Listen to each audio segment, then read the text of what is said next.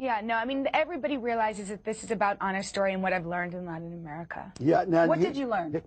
Well, I met with my job. I worked for UNICEF, which is an amazing organization that works in over 150 countries. And my job was to meet with teenagers who were living in exclusion, who were living in extreme poverty or living with HIV, and write their stories, listen to their stories and write them for UNICEF. And so, I mean, I obviously learned so much from these kids. I learned from Anna in particular, who has lived an extremely difficult life. I learned to live each day to its fullest. Excuse me, Jenny, there's a word you used earlier in the interview about exclusion. Can you explain what that is?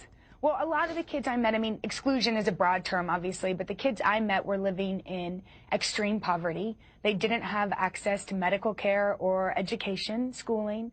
They were living with HIV, and so they were living outside of society's embrace. I think doing any kind of missionary work, I think, really changes a person. And you and your sister had a little bit, I mean, you guys weren't Paris Hilton, but you had a little bit of a reputation as party girls. Do you think this changed you? Well, no, I mean, I think people had that image of us because they didn't know really what we were up to, because we wanted to keep private. But of course, you know, so it didn't change my personality necessarily. But I taught for 2 years after the University of Texas, after graduating, and then went on to Latin America. And you know, of course, I've grown up. It's been 7 years since people had that image of me.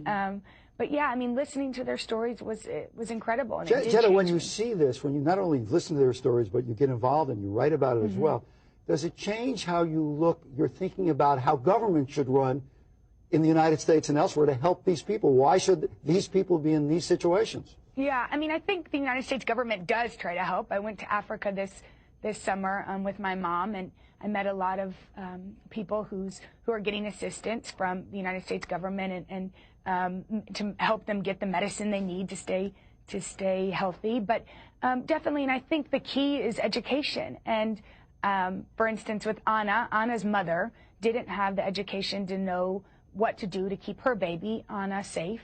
So Anna inherited HIV from her mom, but Anna, with education in Latin America, has taken the proper ARVs, and her baby, Beatriz, is most likely HIV negative. So there is a positive light to all of this. Does it ever make you feel like you